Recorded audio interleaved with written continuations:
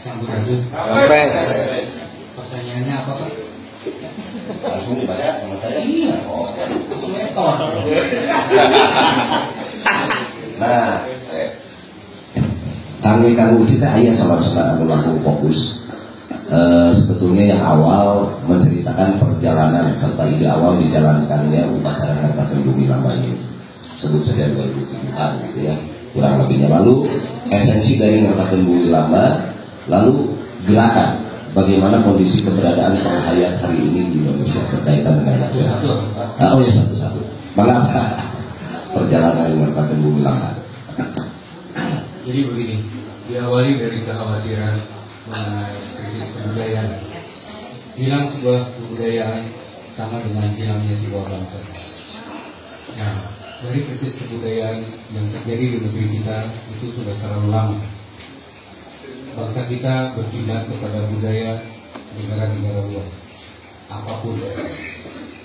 Mungkin hari ini pun masih di generasi sekarang, bagaimana Korea menjadi kutub, kemudian Jepang, Amerika dan lain sebagainya. Kapan kita jadi kutub dunia? Artinya kita harus bisa naik ke panggung dunia, membawa keagungan budaya kita. Bukan hanya Bali, Indonesia. Itu yang bersatu. Yang kedua adalah segala sesuatu harus dimulai. Leluhur kita juga awalnya memulai. Ada pepatah, perjalanan 1000 mil diawali dari satu langkah. Ya tentu waktu itu banyak diskusi bahwa ada pesan dari para sepuh untuk menjaga 3 gunung. 1 Tangkuban Perahu, 2 Gunung Gede, 3 Gunung Wayang. Tapi secara prinsip kita sebagai masyarakat dengan ruh maritim dan agraris sudah sewajarnya ruh itu dibangkitkan kembali. Artinya masyarakat bilanglah sering disebut masyarakat Sunda itu betul-betul sangat tergantung kepada unsur gunung. Gunung adalah guru, maka segala kehidupan itu turun dari gunung dan datang dari lautan. Jadi pertemuannya 2 unsur kehidupan inilah yang kemudian menjadi tubuh kita. Karena tubuh manusia dibentuk dari saripati tanah yang nantinya jadi tumbuhan. Tanah ini kemudian jadi binatang, kemudian kita makan. Jadilah tubuh kita ditambah unsur air. Jadi ada 2 unsur yang membuat kita hidup, yaitu tanah dan air. Tanah adalah saripati. Itu kesatu. Yang kedua, mulai munculnya pemikiran di mana kita harus mengangkatkan bumi lama. Awalnya adalah pemikirannya pertama di Gunung Wayang, kemudian Gunung Wayang yang pertama. Ya, setelah itu baru Gunung Gede, setelah itu Gunung Tangkuban Perahu. Saya sedikit bercerita tentang dunia klinik, dunia spiritual. Pengertian dari 3 gunung ini, karena kita meyakini, kita sebagai masyarakat Indonesia harus meyakini bahwa ruang spiritual adalah bagian dari seluruh jiwa bangsa Indonesia yang senyatanya. Bukan berarti spiritual tanpa logika, bukan tanpa rasio. Justru karena sangat logis dan sangat rasional, maka spiritualitas itu bangkit dengan sangat hebat pada leluhur kita. Nah, 3 gunung ini yang ada di Buana, di Jagat Agung atau di ruang kebumian, bedanya ada Tangkuban Perahu, lalu Gunung Gede, lalu Gunung Wayang. Lalu pertanyaannya adalah, apa yang ada di luar pasti ada di dalam pada diri kita. Tangkuban Perahu yang sebenarnya ada di mana? Itu barangnya, bendanya. Tapi Tangkuban Perahu yang sebenarnya ada di dalam otak kita. Kepala kita lah yang disebut Tangkuban Perahu.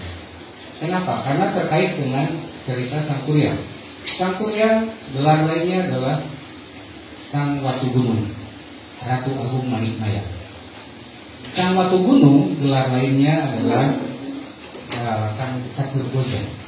Gelar lainnya adalah Sang Nilakanta. Gelar lainnya adalah Sang Girinata. Saya tidak bilang Siwa, padahal masih sama. Tapi kalau saya bilang Siwa, jadi Hindunya. Nah, kita pakai yang bukan Siwa saja ya. Sang Batara Guru, Sang Batara Guru, Sang Watu Gunung, Sang Nilakanta, Sang Caturboja, dan seterusnya, atau Sang Manikmaya. Jadi ada 3 kalau diceritakan dari Sang Yang Tunggal melahirkan 3. Satu adalah Sang Tejamaya, kedua Sang Ismaya, ketiga Sang Manikmaya. Lahir dari Tejamaya kulit telur, Ismaya putih telur, dan kuning telurnya adalah Sang Manikmaya. Apa Manikmaya di zaman sekarang? Pineal gland, Batara Guru. Nah, Sang Kuryang ini atau Sang Watu Gunung, pengertiannya terkait dengan Tangkuban Parahu dan terkait juga dengan legenda, bilanglah mitos yang kemudian melegenda, itu sebetulnya bercerita tentang pencerahan. Karena Sang Watu Gunung, atau kata lain kalau dalam bilanglah saudara-saudara kita yang memegang Hindu, Siwa itu artinya pencerahan. Sama dengan Sunda. Sunda sendiri artinya pencerahan, kesadaran. Nah, kesadaran kita ada di mana? Ada di balik ini, di Manikmaya. Jadi yang disebut jagat Buana Agung itu bendanya ada sebagai bacaan. Sedangkan untuk membaca ke dalam diri, 3 gunung itu ada pada diri kita. Yang satu, Tangkuban Parahu adalah Sang Manikmaya. Maka terkait erat dengan Sang Kuryang. Karena nama lain Sang Kuryang adalah Sang Batara Guru. Nanti kesananya ada cerita-cerita lain yang mungkin sebagian ada yang menjawabkannya, sampai akhirnya masyarakat di Jawa Barat, terutama yang mengatakan dirinya Sunda, merasa risih karena kita lahir dari anak anjing. Jadi anjing mengatakan, ya, maka lahirlah Pangeran Dog Style.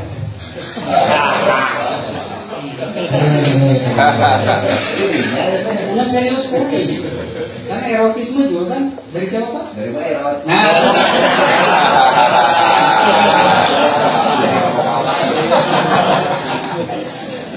jadi cerita tentang Bumi Lamba ini, Kartun Bumi Lamba harus ada di wilayah Tangkuban Parahu, khususnya di wilayah Jayagiri. Giri artinya gunung, Jaya artinya kemenangan.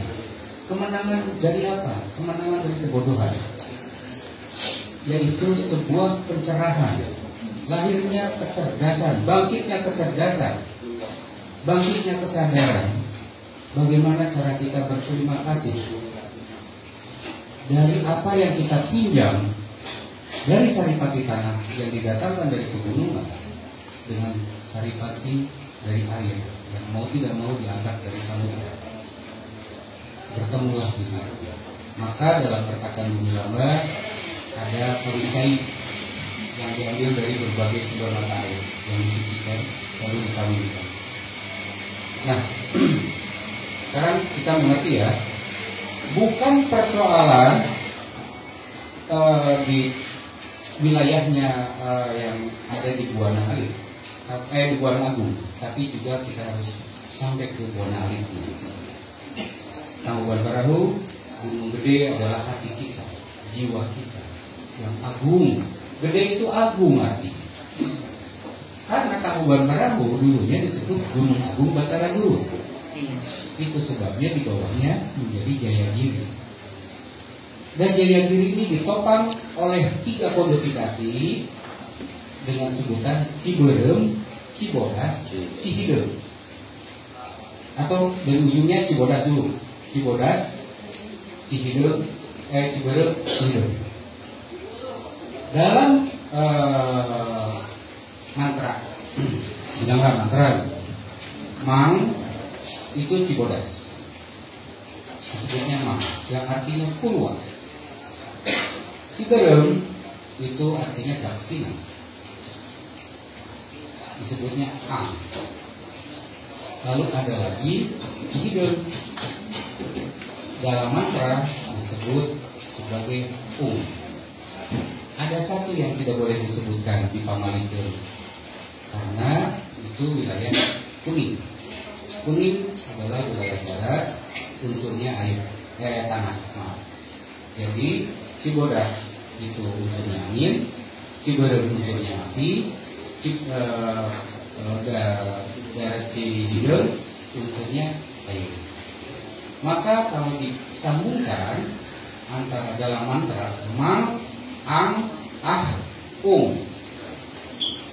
jadilah kalau kita mengejar kalimat disatukan seperti biasa di masyarakat sini dengan kecerdasan. Saya mengatakannya kecerdasan verbal dalam diksi, Pak.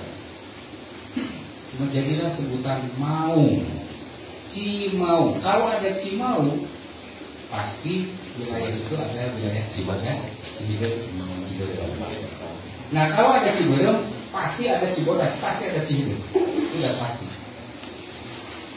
Nah, inilah yang kemudian diceritakan sebagai Prabu Siliwangi diulang-ulang kemudian berubah menjadi mau. Padahal tukang sol sapatu beting nasari isuk-isuk memimpin jadi tukang bandros. Komode jadi mau. Ini kita butuh kecerdasan dengan menggali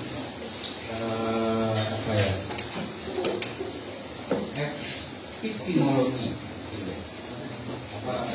epistemologi atau epistemologi. Kita harus mampu menggali kodifikasi. Terlalu banyak kodifikasi di kita dan itu hanya bisa dibongkar oleh orang-orang yang punya kecerdasan. Itu ada kok dalam ugamanya. Ditendeng di bojong jalan, dibuka pating kawan, pating ngadeng, hiji waktu berkaroba, anu minta dilalakon, yang minta dibuka. Jadi kenapa ngertakeun bumi lama diambil di daerah Tangkuban Parahu? Itu sebetulnya kita sedang berterima kasih. Satu, karena kita, tubuh kita, kemakmuran kita berasal dari bumi dan air. Yang kedua, disitulah tempatnya Batara Guru. Jangan bilang Siwa. Disebut Hindu deh. Saya bukan Hindu. Mungkin juga saya bukan Sunda. Tapi saya mencoba untuk mencapai derajat Sunda, derajat pencerahan, mencapai satu kesadaran universal. Sampai kalau kita perhatikan juga bagaimana kondisi kita hari ini dan ke depan. Generasi muda mungkin sudah kehilangan istilah-istilah itu. Silakan, mau beragama apapun silahkan. Tidak ada yang memaksa harus ikut agama Sunda. Enggak ada kok agama Sunda. Semua agama akan mencapai Sunda. Iya benar. Artinya semua agama, para penganut jalan agama harus mencapai pencerahan, harus mencapai kesadaran. Dalam bahasa kita yang harus mencapai derajat Sunda Wiwitan. Itu. Nah, karena terjadi konflik politik dan lain sebagainya, entah itu penjajahan secara fisik maupun mental dan lain sebagainya, maka terjadilah perusakan, pemberokan dan lain sebagainya. Hingga kita tidak kenal lagi bahasa kita sendiri. Kita tidak kenal lagi kodifikasi yang harus kita bongkar. Sama kayak misalnya ini satu contoh ya. Pernah dengar nama Citerep? Citerep. Apa itu Citerep? Masa ada ya? Cahaya, rep, itu artinya tidak. Rep itu kurang. Rep itu tidak. Jadi cahaya yang sedang bersinar. Jadi Citerep kan naon? Matahari. Sama juga dengan surya laya. Surya apa? Matahari, hari laya naon? Kalah, mati, loyo. Jadi surya laya itu adalah tentang surutnya matahari, surut, tenggelamnya matahari atau kekalahan bangsa matahari. Dan bangsa matahari itu kita.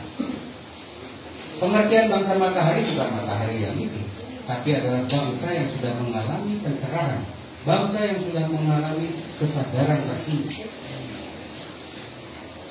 Karena dalam keyakinan untuk mencapai tingkatan seorang manusia Sunda, yang pertama harus dikejar adalah bagaimana kita melakukan penghormatan kepada yang menghidupkan kita. Ada dua hal yang menghidupkan kita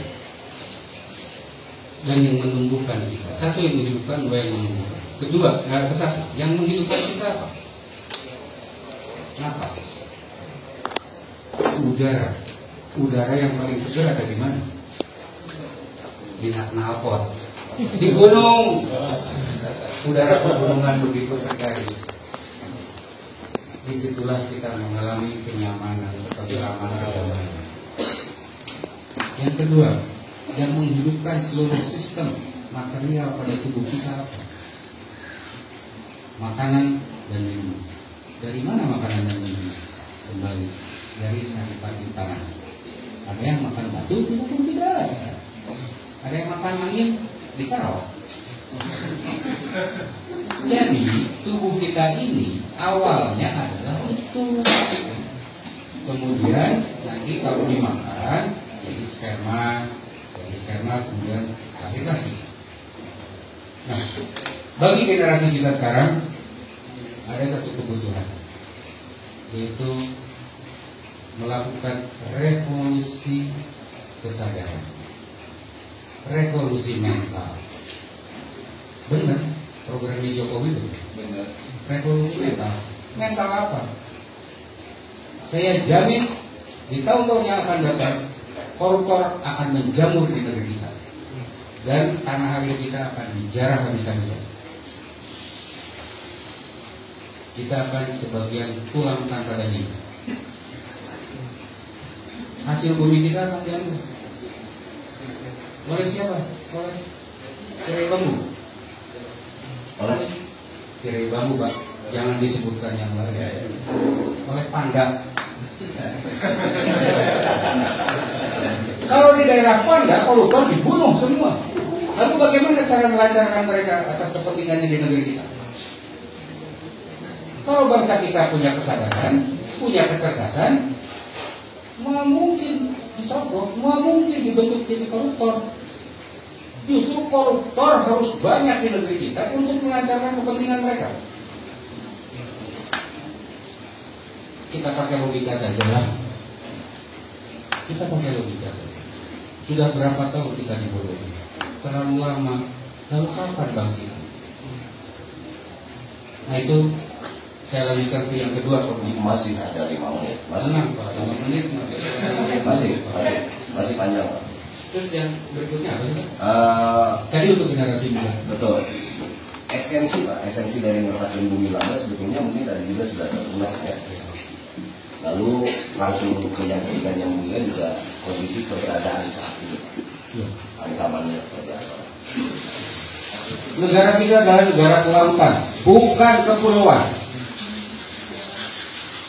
Berarti hampir semua di negeri kita pulau-pulaunya itu bisa menghasilkan garam.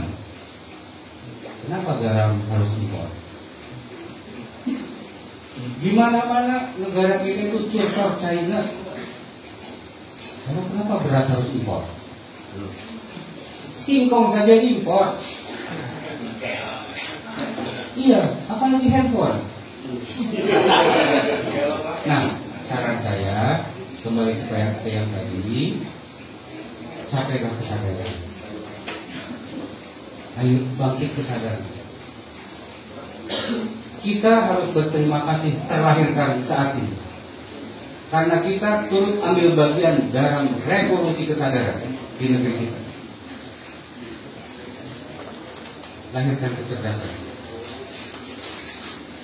Agama apapun silahkan, sehebat-hebatnya agama pegang sekuat-kuatnya, tapi jangan tinggalkan animisme dan dinamisme. Jangan ditinggalkan. Buktinya animisme langit gawang beak, sungai hancur, mata air hancur, diambil oleh perusahaan asing. Karena bangsa kita terlalu mau mengakui bahwa unsur animisme, dinamisme di dalam diri kita itu masih ada.